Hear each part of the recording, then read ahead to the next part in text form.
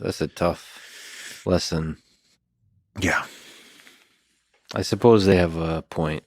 They have a point, and protecting them is a default of, now that we're protecting all this ecosystems and all these other indigenous communities, it's like we all sort of live with this knowledge that they're the hermanos, the brothers are out there, and that's the way they want to keep it. And so we just have to be respectful of, like, you don't camp on certain beaches at certain times of the year because we know that they might be there. You really have to be careful about that. Have you yourself interacted with any? My interaction with them came on a solo where I pushed it a little bit too far. And I was planning to do a 3-week, this was like the big one. And I got dropped off by poachers up a river, and I went past the point where they were like names. I said, what tributary are we on? And they were like, tributary. And I was like, okay.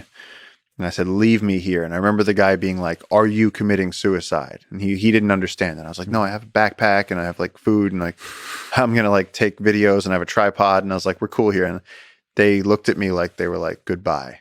And I was like, all right. And I like went up this river, and again, like you learn these things, like, it was only when I'd been alone for a week that you realize there's that saying, they're like, oh, you're born alone and you die alone. It's like, no, you're not. You're born into a room full of people usually. At the very least, your mother's there for everybody.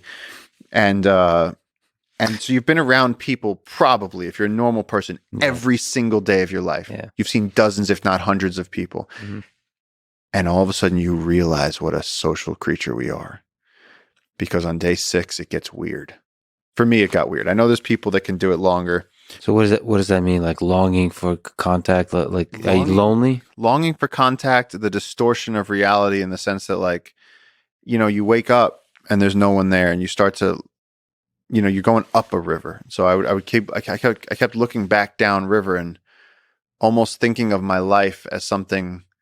It was almost like I had already died and I had gone to somewhere else, and I was looking back on that life as like something that I had experienced. And then there came this panic of, what if it's gone?